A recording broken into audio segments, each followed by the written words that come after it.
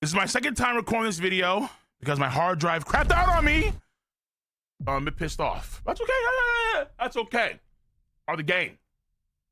I'm really mad right now, but I'm. I spent so much time. Okay, so hi. How are you? How's everything going? Oh my God. Yay. Okay, listen. Lads, ladies, boys, and girls, Emu of Nerona is here, and he's real. The combat prowess of Emu is off the charts.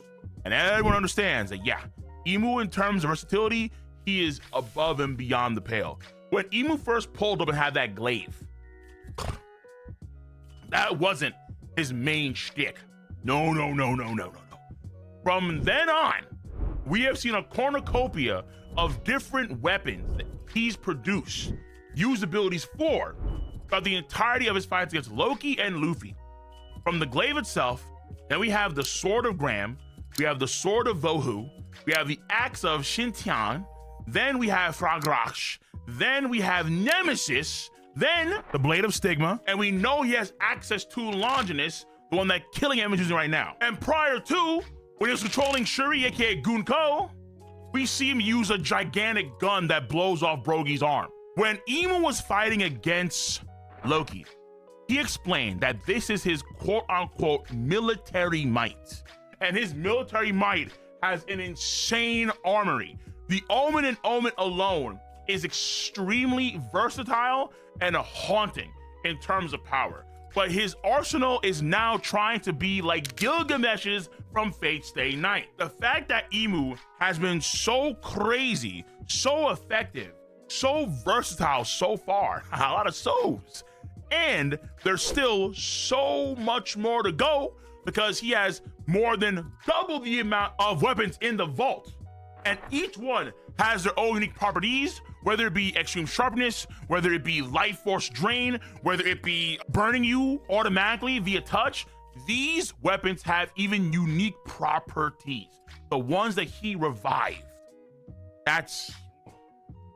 And this video is focused on a few takes that I've seen from my chats during my streams, on my Cole Requiem YouTube channel, and also on my twitch.tv channel about Monsieur Emu and his combat prowess, theories based on that, and my own as well, because there are some things here that need to be really delving into that are more combat oriented, not parrot oriented. But I will save that for another video another day when I care to do it. The reality though is that Emu is the real deal, and his combat has depth to it we have not seen before in the series One Piece. Truly, earnestly.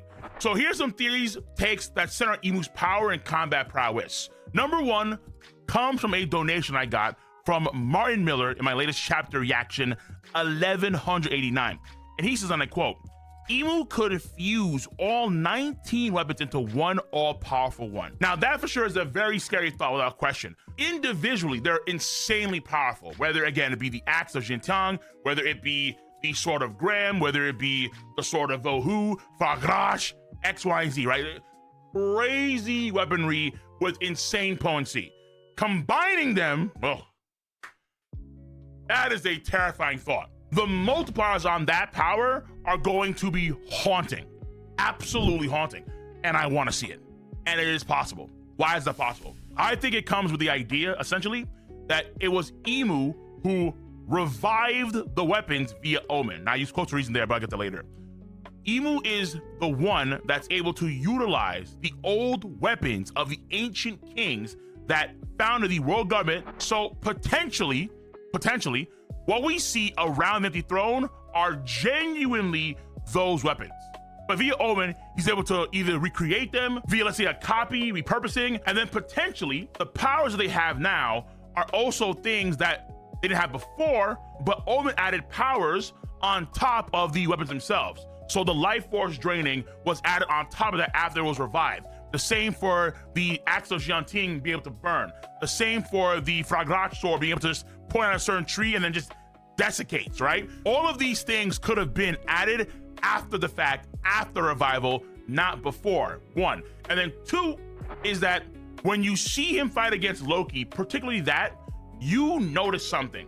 Where when it comes to how they're utilized via Omen, it's not like you, let's say, have them all physically, like all of them together physically, and then you smush them together, and via that smushing process, you have one big crazy sword, Guts Berserk sword. No. When Emu fought against Loki, what you saw is that he was actually stacking the abilities of the swords on top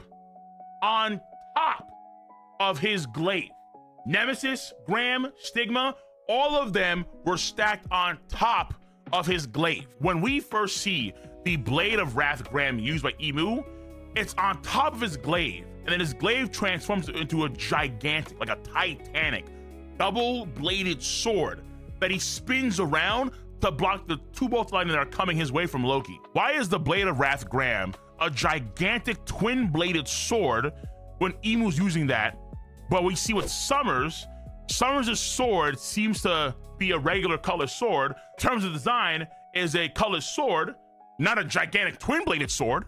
And you can see how he has the thorn hilt for his sword. Seems like Graham was stacked on top of the sword he already used.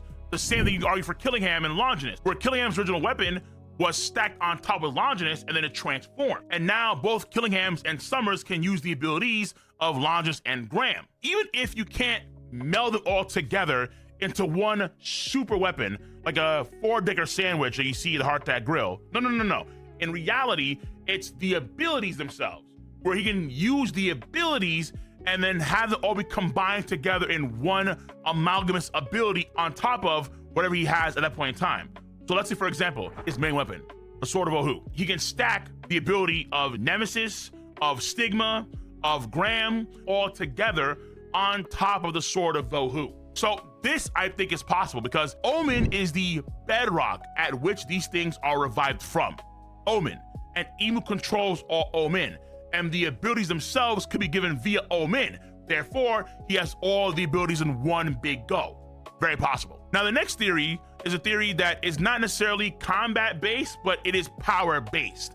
And this theory came from 2 donations. It came from Digest and Gundam Beast via my super chats on the last stream. And they say this, essentially, Vivi has to pledge and or sacrifice herself for Emu in order to gain access to the house weapon of the Nefertari family. Emu, without question, was Gooning for Lily, but maybe not so much for Vivi. Maybe the reason why he really wanted Vivi was to gain access to the household weapon of House Nefertari, because Lily never gave it to him in many respects, but ultimately speaking, Lily didn't give him what he really wanted. The sword or spear or gun or axe or glaive or whatever of House Nefertari. That's what he really wanted, and that's when he has 19, not 20. So even at this point in time, we know that Emu can't be in the Laurel for a long period of time. So a stamina and endurance game probably won't be as good as it is on the Holy Land, obviously. 1, but then 2 is that there is even an avenue for Emu to get stronger even beyond what he is now, and that is gaining access to weapon 20 of the Nefertari family. To be fair, when you go back into the story, you don't see really any weapons that are like household worthy, you could argue, like the same way as Graham or Longinus. Like maybe Vivi's peacock slashers. They are very unique, obviously, but you know, we see each other 170 with the slashers with Vivi. They are cool and all, but at the same time, I don't think they're house weapons for Nefertari. If they're that important, she would have them when she's abroad, working undercover in Baroque works. Seems a bit odd. I'm gonna lie to you. 1, 2 is peacock slashers are nah. Cobra himself didn't have any sort of unique weapon at all. And then other people, like let's say Chaka or Pell, Igaram's saxophone. If it was the sax, the grooviest faction among the 20 kingdoms back in ancient times, House of Nefertari, we can cook. We could cook with that for sure. That'd be hilarious and also kind of dope too. But unlikely. Unlikely it's the saxophone that Graham uses or Chaka's sword, right? Very unlikely. It's very likely that the Nefertari house weapon got lost along with Lily, and or maybe somewhere in the Holy Land her body's still there, preserved along with the weapon of House Nefertari. And then Imu needs Vivi, because of her blood, lineage, and so on, to be able to activate it, and then he can get access to it. So that's also a pretty good idea as well. And then also that could play into the idea of the past theory, the weapon fusion theory. It could be the case here where that is possible, weapon fusion, ability fusion, but he can only do that when he has what? All 20 weapons. Now, why be the case? It could be based on a certain contract or a certain covenant. These things already exist for Imu's power system. The shallows, the depths, the abyssal covenants, they exist. It is possible to where the covenants were used in a way back then too, in order for the kings and queens of the 20 kingdoms of yore that made the world government, they had to do a covenant or a contract via Omen Fire, and then via that process, it would allow the house weapon to then go over to Imu once everything's all said and done. But Lily didn't commit. Obviously, she didn't commit. She betrayed Imu into capacity. And then so in doing so, null and void the covenant that was going on between her and Imu potentially, and that's why he's one short and can't utilize what was fully promised way back when. So I think it's very possible that even when it comes to weapon fusion, ability fusion, the 19 is not possible, but the 20 maybe could be possible, potentially. So that I think is a very cool idea too in terms of Imu's power, where Imu could have room to even grow where he is now in terms of getting another weapon, A, and then B, even the fusion process happens when he has all 20 because of the contract / covenant that they had way back when. That is theory number 2. Now another theory, number 3 here, which also kind of plays off of 1 and 2 in some way, is the idea that we get from Universal Punk. Via Super Chat, he said this: the 19 kings who made the world government are inside of Imu's Omen ring. It's a miniature hive mind within the ring. That's why Imu was surprised about getting the axe. Okay. This is important too. Let's go all the way back to theory number 1. I said, with quotes, the revival of these weapons, the weapons that the 20 kings used, because there's an idea that we see in One Piece where you can infuse weapons with the souls of devil fruits. Like, for example, Spandam Sword Fangfried consumed a elephant fruit. Or the cannon that we see Mr. 4 use in Alabasta has a dog power, right? The soul of the Zoan fruits are more independent because they're living things, and they can be infused into non-living objects. Who's to say you can't do that with actual living people, especially in the past when the tech was better?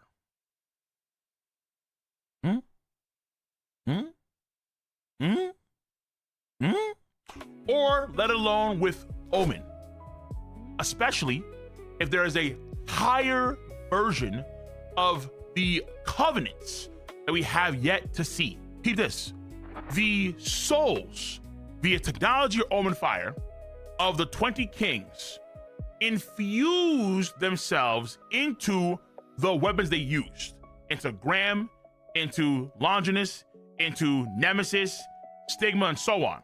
We already see that Omen has homie-like properties, so Omen is already partially alive in of itself. Furthermore, the revival process of the weapons themselves, that could be literally Imu reviving the souls of these ancient kings and queens that made the world government via the Omen, and then they were revived. That's why the word revived is used, because it's not necessarily the weapons themselves, but it's the souls of the past rulers that were embedded into the weapons, which allows Imu to stack them in his ring, which is why his ring has what? Eyes. Eyes. The eyes come with the weapons. Before the Sword of Vohu, you can see how his glaive turns into a little black fire homie thing, and then it goes into the ring. What if those black fire homie things low key? What if they're all the ancient kings and queens of yore? That's why his Omen is like semi-alive, because the souls of 19 people are embedded into the ring. And when we see him give the Omen ring to Summers and Killingham, the Omen ring in the past, before the 20 kings merged Omen ring, maybe looked like that. It was a black fire ring with no eyes at all. Because when you look at, say, another god person in the story, Zaza, Zaza's ring has water attributes to it. Like you can see it's liquefied in some way, and so as the rain god, maybe even the sea god, it makes sense. But there are no eyes in her ring. There are only eyes in Imu's ring. Normally I count, and normally it's 16 eyes, which tends to be the same number that the celestial dragons covet, the number 16. But it could be 19 too. Like some of them are closed, some of them are open, who the hell knows? If the king's souls transferred into the weapons themselves, and then from there they got revived via Omin and put inside the ring, and that's why the souls of 19 kings are in that ring. That could explain also the reason why when he got the axe, he was a bit surprised. In both the official version and the scanned version, he's like, ah, or oh my. So when he gets the axe, yeah, he could be trolling, but it could also be a sort of randomization, like Kite from Hunter x Hunter. He doesn't necessarily know what he's gonna be getting from the ring, but in reality, it could be the kings within the ring itself. Hey, use this. Hey, use this. Hey, use this. And that's what he uses. Consider them his key generals in combat, where the generals give him what he needs. The king, they give the president what he needs to utilize for maximum efficiency. Or maybe they just don't care. They say, hey, it's my turn, and here's the axe. Or hey, it's my turn, here, use a spear. Hey, it's my turn, here, use Graham, you know? Maybe, especially when it comes to utilizing the weapon itself, not the ability. The ability is probably not randomized, where you can see him use Stigma or Nemesis, wherever he wants to, Graham. But when it comes to the weapon, whether it's the glaive, whether it's Vohu, whether it's Fragrash, those could be randomized. It is in some way kind of a nerf, it being randomized, but at the same time, they're so powerful, you can argue it doesn't matter too much. And then finally, my last part for yapping, my own little theory that I have is, for me, I do think it's possible that what we see around the empty throne, those are just placeholders. And what I'd argue is the case is that the 19 weapons of the 20 kings and queens that they used back then were more versatile. Hence why I'm down, for sure I'm down, to put the gun that we see him use from the book, the one that blew off Brogy's arm, that gun goes to be among the household weapons of Imu that belong to 20 kings. The question is though, which house? I got a feeling that this gun could have been the weapon of House Donquixote. Donquixote do Flamingo. The reason why is because Dofi's last move is called the 16 Holy Bullets. Obviously 16 such a dragon reference, but also bullets. Why bullets? Now, obviously his threads were like the bullets here, but I cannot shake the feeling that it's also in reference to the Donquixote house weapon, to a gun of some kind. And when he says holy, as the sky demon, right? It's not actual holy in terms of like holy light from God, but it's Omin. Because for people that live on high, Omin is the holiest thing. And so that final move could be referenced to the gun that we see Imu use while controlling Shuri. I could be capping. It's a small theory, and maybe in the future I'll dive more into it, but I think it's possible. So those are some theories that I got from my stream, and shouts to the guys that donated for those cool theories. Let me know your stance, obviously on YouTube, on the subject matter hand. If, of course, you already remember, you do gain access to the video first. And, of course, as per usual, sub to the channel, click on that bell to join the notification squad. And if you enjoyed the video, give it a thumbs up. I'll catch you guys and gals on the flip side. See you. Bye-bye.